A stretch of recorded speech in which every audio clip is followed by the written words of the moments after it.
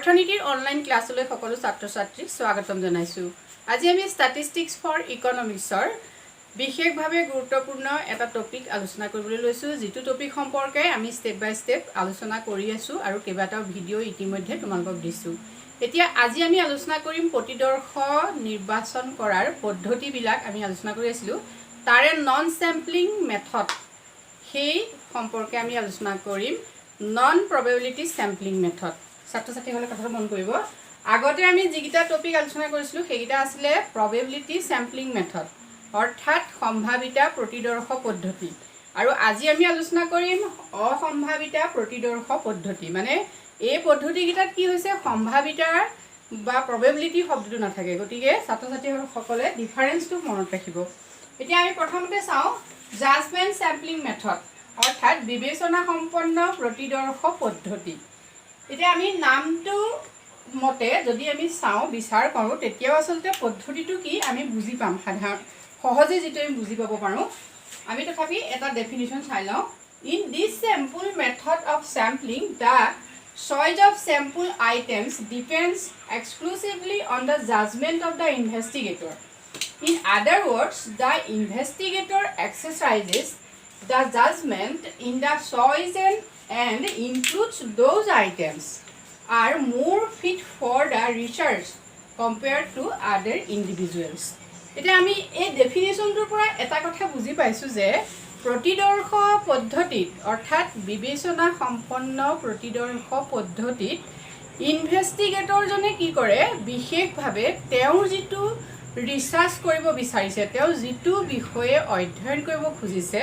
সেই বিষয়টোৰ সহযোগী বা সেই বিষয়টোৰ ওপৰত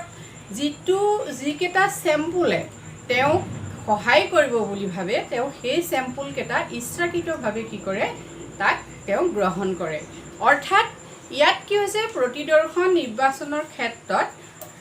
অনুসন্ধানকাৰীজনে নিজৰ বিবেচনাক গুৰুত্ব দিয়ে। তেওঁ বিবেচনাৰে যিকেইটা চেম্পুলে তেওঁৰ ৰিচাৰ্চটোত বা গৱেষণাটোত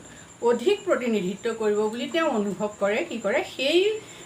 চেম্পুলকেইটাকে তেওঁ গ্ৰহণ কৰে। গতিকে ইয়াত কি হৈছে, কোনো সম্ভাৱিতা বা চাইণ্টিফিক যিটো কথা থাকে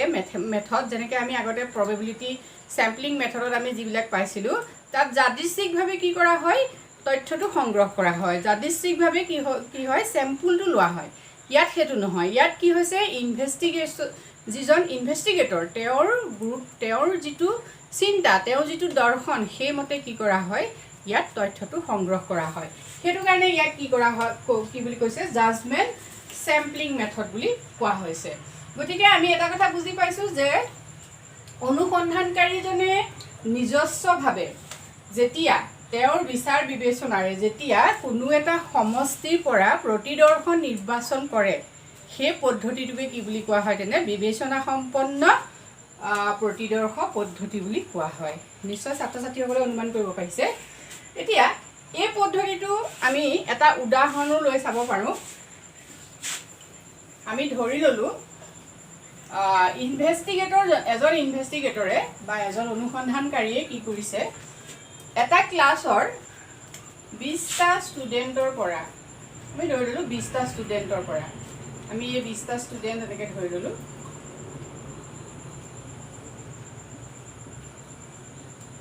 20টা ষ্টুডেণ্ট আমি ধৰি ল'লোঁ। এই 20টা ষ্টুডেণ্টৰ পৰা কি হৈছে, এজন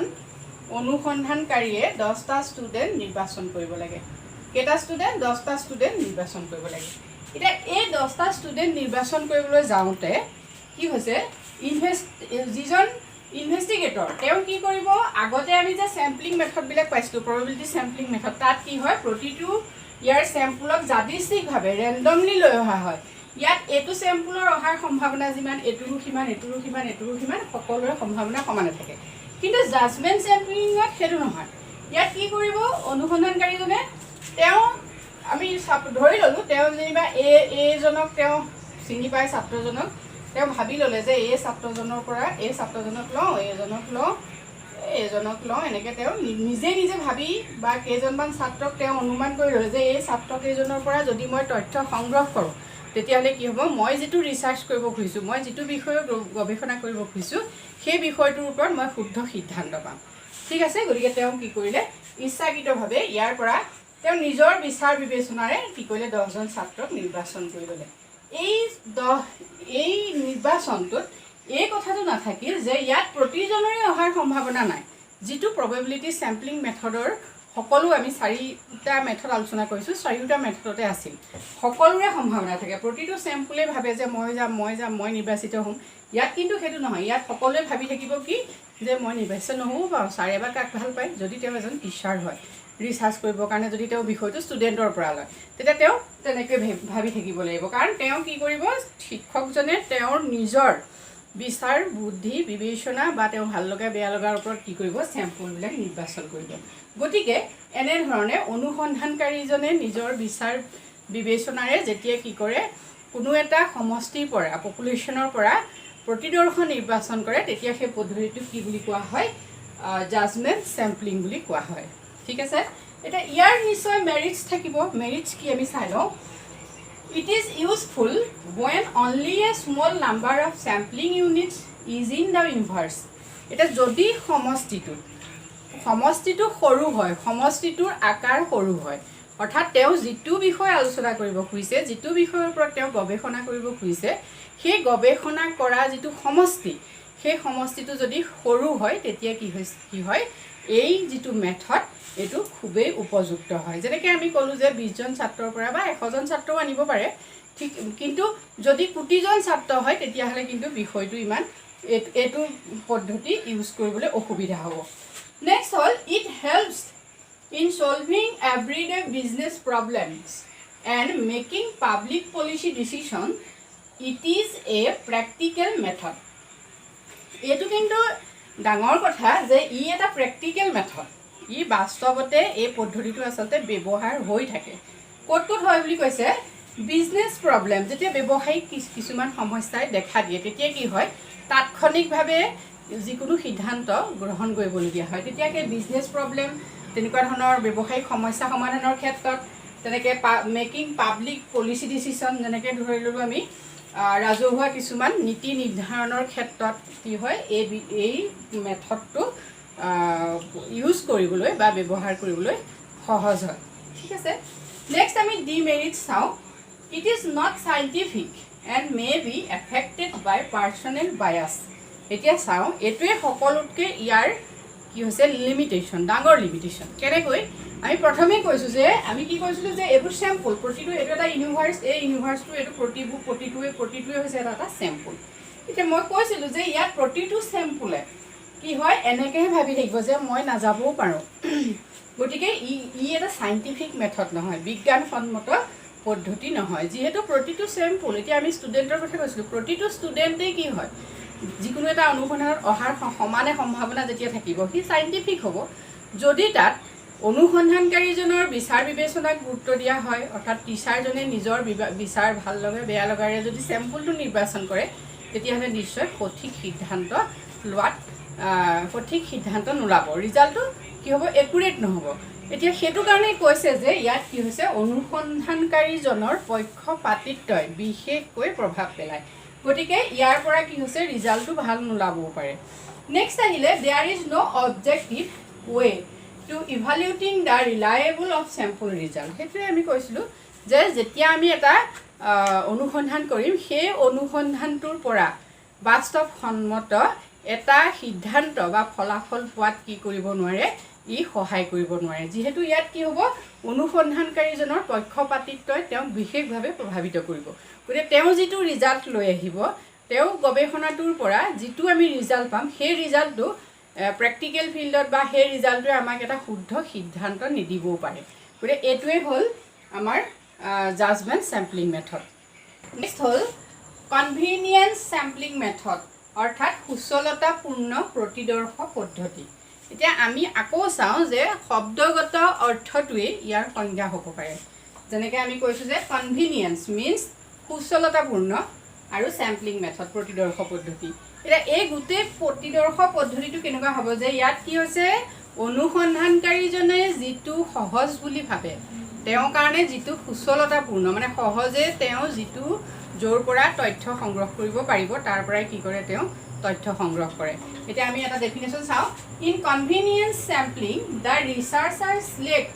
those units from the population which are accessible to the researcher অৰ্থাৎ অনুসন্ধানকাৰীজনে বা গৱেষকজনে কি কৰে তাৰ পৰা তথ্যবোৰ সেইটো সমষ্টিৰ পৰা তথ্যবোৰ সংগ্ৰহ কৰে যিটো সমষ্টিৰ পৰা তেওঁ তথ্য সংগ্ৰহ কৰিবলৈ সহজ বুলি অনুভৱ কৰে এতিয়া এই বস্তুটো এটা খুবেই সহজ হয় এইটো আমি এটা উদাহৰণ চাব পাৰোঁ এতিয়া আমি ধৰি ল'লোঁ এজন গৱেষকে বা এজন ইনভেষ্টিগেটৰে অনুসন্ধানকাৰীয়ে কি কৰিছে অনুসন্ধানকাৰীয়ে ধৰি ল'লোঁ আমি যোৰহাট ডিষ্ট্ৰিক্টৰ আমাৰ যিবোৰ পথৰ ওপৰত মানে ৰাস্তাৰ ওপৰত তেওঁ এটা গৱেষণা কৰিব খুজিছে ঠিক আছে তেওঁ গৱেষণাটো কৰিবলৈ কি কৰিলে আমি ধৰি ল'লোঁ তেওঁ গৱেষণাটোৰ কাৰণে 100টা ৰাস্তা তেওঁক লাগে আমি ধৰি লৈছোঁ দেই 100টা ৰাস্তা তেওঁক লাগে ঠিক আমি এনেকৈ ধৰি ল'লোঁ 100টা ৰাস্তা 1 2 3 4 5 6 7 8 9 10 এনেকৈ আমি ধৰি ল'লোঁ তেওঁক কি হয় 100টা ৰাস্তা লাগে ইয়াত আমি ধৰি লৈছোঁ আমাৰ পপুলেশ্যনটোত কিমান আছে 100 ৰাস্তাৰ নাম আছে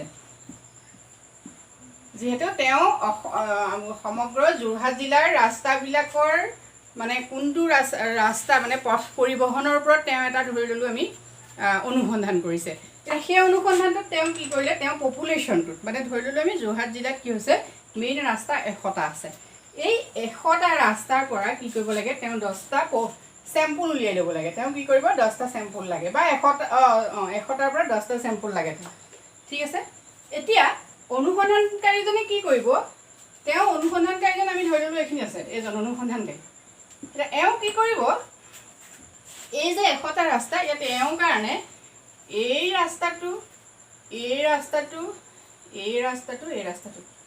ঠিক তেনেকৈ আমি ধৰি ল'লোঁ এইটো যিহেতু তেওঁ 10টা ল'ব এইটো নেক্সট আহিলে এইটো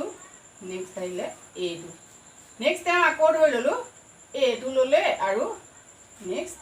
তেওঁ এইটো ল'লে গতিকে তেওঁ 10টা ৰাস্তা হৈ গ'ল বা তেওঁ কি কৰিলে যিহেতু এই ৰাস্তাকেইটাৰ ওপৰত অনুসন্ধান কৰিবলৈ তেওঁ য'ত থাকে বা তেওঁৰ পৰা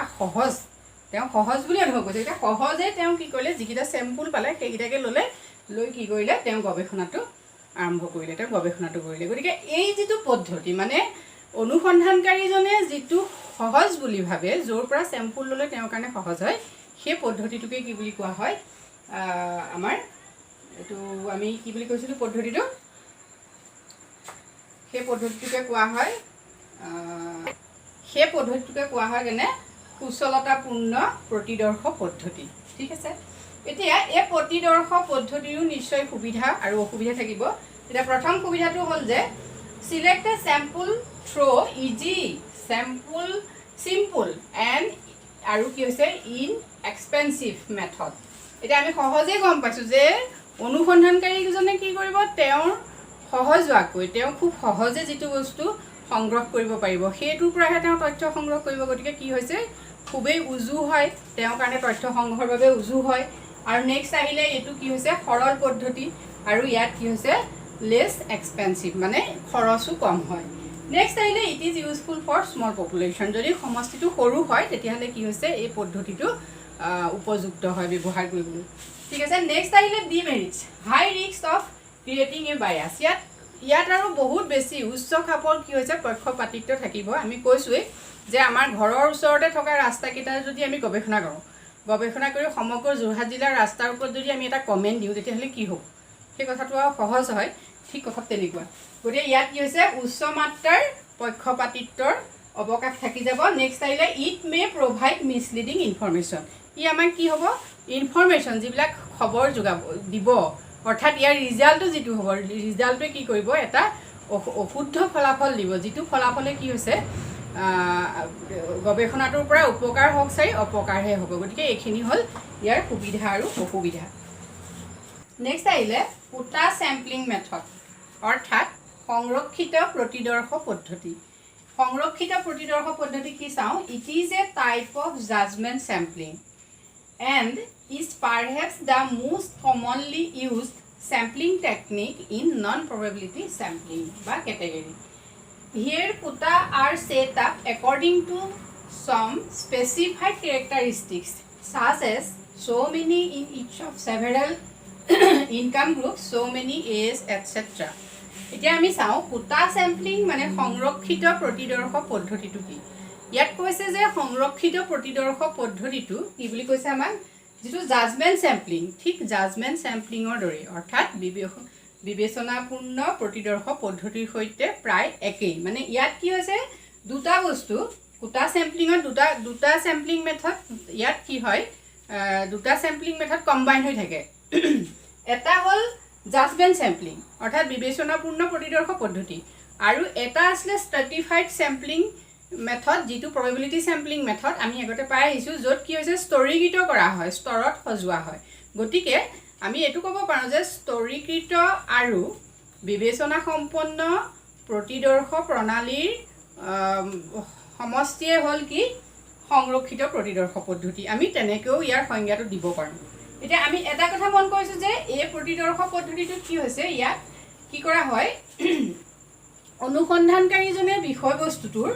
কি কৰে নিৰ্দিষ্ট কোটাত ভাগ কৰি লয় অৰ্থাৎ এটা এটা স্তৰত তাক কি কৰে ভাগ কৰি পেলাই তাৰ পৰা কি কৰে প্ৰতিদৰ্শ নিৰ্বাচন কৰে এতিয়া আমি চাও কেনেকৈ এটা উদাহৰণ ললে নিশ্চয় ছাত্ৰ ছাত্ৰীসকলে সহজে বুজি পাব উদাহৰণটো আমি চাই লওঁ এতিয়া পপুলেশনৰ ওপৰত মানে জনসংখ্যাৰ ওপৰত এটা অনুসন্ধান কৰিব লাগে জনসংখ্যাৰ ওপৰত এটা গৱেষণা কৰা হৈছে এটা জনসংখ্যাৰ ওপৰত গৱেষণা কৰিবলৈ যাওঁতে প্ৰথম কি কৰিলে জনসংখ্যাৰ ওপৰত গৱেষণা কৰিবলৈ যাওঁতে এটো এটা ইউনিভাৰ্স মানে পপুলেশন এই পপুলেশনটো আকৌ ছাত্ৰ ছাত্ৰীসকলে জানে মই আগত কৈ থৈছো যে এই পপুলেশনটো আৰু আমাৰ সমষ্টি যেটো পপুলেশন হেতু বেলেগ আকো এটো হল জনসংখ্যা মানে সেই পপুলেশনৰ ওপৰত কি কৰা হৈছে ৰিসাৰ্চ কৰা হৈছে পপুলেশনৰ ওপৰত ৰিসাৰ্চ কৰিবলৈ যাওঁতে গুটেই পপুলেশনটো মানে গুটেই জনসংখ্যাটোক আমি কি বুলি কম সমষ্টি মানে পপুলেশন এতিয়া এটো হল সমষ্টি মানে পপুলেশন ইয়াত কি হৈছে সকলো ধৰণৰ আমি ধৰি ললো এনেকুৱা যিকোনো ধৰণৰ ইয়াত কি হৈছে বহুত ব্যক্তি আছে আমি ধৰি ললো ব্যক্তি সংখ্যা 1000 ব্যক্তি সংখ্যা আছে আমি ইয়াত ধৰি ললো দেই এতিয়া প্ৰথম অৱস্থাত কি কৰিব ইনভেষ্টিগেটৰ জনে ইয়াৰ পৰা প্ৰথম তেওঁ নিৰ্বাচন কৰিলো মানে তেওঁ প্ৰথমতে স্তৰ উলিয়াই লব প্ৰথম স্তৰটো ললে তেওঁ ধৰি ললো আমি ইনকাম লেভেল এটো আহিলে এক নম্বৰ স্তৰত কি ললে ইনকাম লেভেল অৰ্থাৎ আয়ৰ স্তৰ এতিয়া আয় স্তৰটো তেওঁ নিৰ্বাচন কৰোতে প্ৰথমতে কি হল আয়ৰ স্তৰটো তেওঁ নিৰ্বাচন কৰিবলৈ গল নেক্সট আহিলে এই আয়ৰ স্তৰত তেওঁ এই আয়ৰ স্তৰটো তেওঁ কি কৰিব ইয়াক আকৌ তেওঁ বোলে 50000 ইয়াৰলি 50000 ওপৰত এনেকেও বাছি ল'ব পাৰে বোলে 1 লাখ रुपीजৰ ওপৰত এনেকেও তেওঁ কি কৰিব পাৰে বাছি ল'ব পাৰে গতিকে তেওঁ ইয়াটো দুটা স্তৰ কৰি ললে ঠিক আছে এতিয়া এই তেওঁ এই স্তৰটোৰ পৰা তেওঁ নেক্সট স্তৰত তেওঁ আকৌ কি কৰিলে তেওঁ ইয়াৰ পাছত কি কৰিলে এজ নিৰ্বাচন কৰিলে ঠিক আছে দ্বিতীয় স্তৰটোত তেওঁ এজ ললে এজ লৈ পেলাই কি কৰিলে এই পপুলেশনখিনি তেওঁ এজত ভগাই পেলালে এটা 50000ৰ পপুলেশন মানে বছৰত 50000 টকা উপাৰ্জন কৰা মানুহ কিমান আছে 1 লাখ টকা উপাৰ্জন কৰা মানুহ কিমান আছে তেওঁ এটো এজৰ ওপৰত কি কৰিলে ডিভাইড কৰিলে ঠিক আছে তাৰ পিছত তেওঁ আকৌ এই এজ যেটো এজ ললে এজৰ পাছত তেওঁ কি কৰিলে তেওঁ আকৌ সেক্স চালে মানে gents and men and women অৰ্থাৎ পুৰুষ মহিলা ইয়াত তেওঁ আকৌ এটা ক্যাটাগৰী কৰিলে ঠিক আছে তেনেকৈ যেতিয়া তেওঁ বিভিন্ন স্তৰত কি কৰিব ভাগ কৰি তথ্যসমূহ সংগ্ৰহ কৰিব এটা প্ৰতিটো স্তৰৰ পৰা আমি ধৰিলো প্ৰতিটো স্তৰৰ পৰা তেওঁ প্ৰতিটো স্তৰত তেওঁ 10 জনকৈ নিৰ্বাচন কৰিলে প্ৰতিটো স্তৰত এই 10 জনৰ পৰা কি কৰিলে ইয়াৰ পৰা আমি ধৰিলো তেওঁ যিমান লাগে এতিয়া এজন দুজন এটো তিনিটা গ্ৰুপ তিনিটা আমাৰ স্তৰ হল এই তিনি পাঁচটা স্তৰ হল এই পাঁচটাৰ পৰা তেওঁ ভাবিলে তেওঁক লাগে কিমান 15 জন তেওঁ স্যাম্পলটো 15 জনৰ লব গতিকে এই 15 জন কি কৰিলে তেওঁ ইয়াৰ পৰা ললে 3 জন ইয়াৰ পৰা 3 জন ইয়াৰ পৰা 3 জন এনেকৈ তেওঁ 3 জন লৈ 15 জন কৰিলে গতিকে এই 15 জন হল এটা তেওঁ স্যাম্পল ঠিক আছে গতিকে এইটোৱে হল কোটা স্যাম্পলিং মেথড নেক্সট আহিলে মেৰিটস এতিয়া কোটা চেম্পলিং মেথডৰ মেৰিটছবিলাক কি কি? ইয়াৰ ডাঙৰ গুণটো হ'ল it is useful for large population, অৰ্থাৎ এটা বৃহৎ সমষ্টিটো যদি বহুত ডাঙৰ হয়, বৃহৎ সমষ্টি এটাৰ ক্ষেত্ৰত কি হৈছে এই যিটো মেথডটো ইউজ কৰিবলৈ সুবিধাজনক। নেক্সট হ'ল it is easy to use public opinion studies, অৰ্থাৎ ৰাজহুৱাভাৱে মতামত সংগ্ৰহ কৰাৰ ক্ষেত্ৰত কি হৈছে এইটো পদ্ধতিটো খুব উজু হয়। এতিয়া আমি যেনেকৈ এতিয়া ৰাজনৈতিক দলবিলাকে ইলেকশ্যনৰ সময়ত কি হয়, কোনটো দল জিকিব কোনটো দল হাৰিব, এই যেতিয়া অপিনিয়ন চলোৱা হয়, মানে জনতাৰ মাজত যেতিয়া মতামত গ্ৰহণ কৰা হয়, তেতিয়া সাধাৰণতে এই প্ৰতিদৰ্শ বিধিটোৱে লোৱা হয়। নেক্সট আহিলে demerits, it is a difficult process, যিহেতু ইয়াত কি হৈছে স্তৰ নিৰ্বাচন কৰি থাকিব লাগে, গতিকে ই এটা কঠিন পদ্ধতি। কাৰণ স্তৰবিলাক নিৰ্বাচন কৰোঁতে এতিয়া ইনকাম লেভেলৰ কথা কৈছোঁ আমি, ইনকাম লেভেলটো চবৰে ইনকাম লেভেল উলিয়াই লোৱাটো এটা কঠিন কাম। ঠিক তেনেকৈ এজ, যেনেকৈ আমি ক'লোঁ ছেক্স, এইবিলাক যিহেতু এটা জটিল প্ৰক্ৰিয়া। আৰু it is difficult to determine various category of population, সেইটোৱে আৰু সমষ্টিৰ যিবিলাক কেটেগৰী আমি নিৰ্বাচন কৰা হয়, যিটো আমি কৈছোঁৱেই এনেকৈ মানে স্তৰত যেতিয়া ভাগ কৰি ল'ব লাগে, ই এটা কি হৈছে কঠিন কাম আৰু এটা দীঘল প্ৰচেছ হয়, এইটো এটা দীঘলীয়া পদ্ধতি হয়। গতিকে সহজে কি হয় সকলোৱে পদ্ধতিটোক ব্যৱহাৰ কৰিব নোৱাৰে। আৰু লগতে ইনভেষ্টিগেটৰ এই পদ্ধতিটোৰ দ্বাৰা কি হয় গৱেষণা কৰিবলৈ যাওঁতে যিজন অনুসন্ধানকাৰী তেওঁ আচলতে প্ৰশিক্ষণপ্ৰাপ্ত নহ'লে এই পদ্ধতিটো ব্যৱহাৰ কৰিব নোৱাৰে। ইয়াৰ পাছত আমি এটা পদ্ধতি চাওঁ, সেইটো হ'ল স্ন'বেল চেম্পলিং মেথড। এইটো এটা গুৰুত্বপূৰ্ণ পদ্ধতি হয় ফৰ স্ন'বেল চেম্পলিং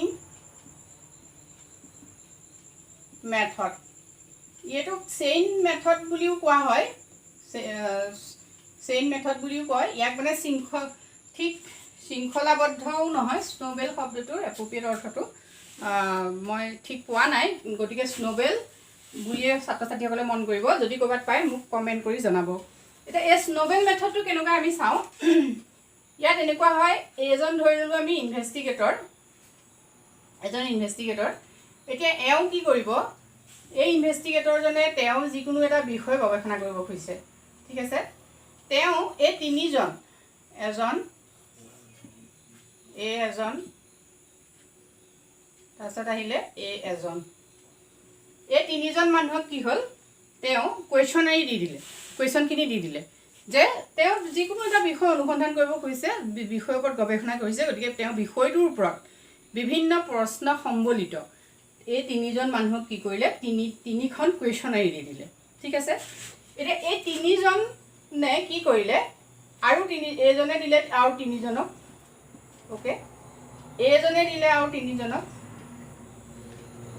এইজনে দিলে আৰু তিনিজনক, ঠিক আছে। নেক্সট কি হ'ল, এই তিনিজনে আৰু তিনিজনক দিলে, এইজনে দিলে আৰু তিনিজনক, এইজনে দিলে তিনিজনক, এইজনে দিলে তিনিজনক, ঠিক তেনেকৈ এওঁলোকক দিলে। এই যিটো পদ্ধতি, ইয়াৰ পাছত কি হ'ল এওঁলোক সকলোৰে পৰা যিখিনি তথ্য পালে, তথ্যখিনি আহি এওঁ ওচৰ পালেহি, যিজন মূল ইনভেষ্টিগেটৰ এওঁ ওচৰ পালেহি। গতিকে এনেকৈ যেতিয়া চেইন ছিষ্টেমত মানে ইজনৰ পৰা সিজনৰ এই যিটো ছিষ্টেম, চেইন ছিষ্টেম মানে শৃংখলাগতভাৱে যেতিয়া কি হয় তথ্য সংগ্ৰহ কৰা হয়, তেতিয়া সেইটো কি বুলি কোৱা হয়, স্ন'বেল চেম্পলিং মেথড বুলি কোৱা হয়। সাধাৰণতে আজিকালি বহুত ইনভেষ্টিগেশ্যনত বা গৱেষণাত এই পদ্ধতিটো ব্যৱহাৰ কৰা দেখা যায়, ঠিক আছে। নন চেম্পলিং মেথড সম্পৰ্কে আমি আলোচনা কৰিলোঁ। যদি ছাত্ৰ ছাত্ৰীসকলে বুজিছে, ভিডিঅ'টো ভাল লাগিছে, লাইক কৰিব, কমেণ্ট কৰিব আৰু সকলোৱে চেনেলটো ছাবস্ক্ৰাইব কৰিবলৈ নাপাহৰিব। Thank U.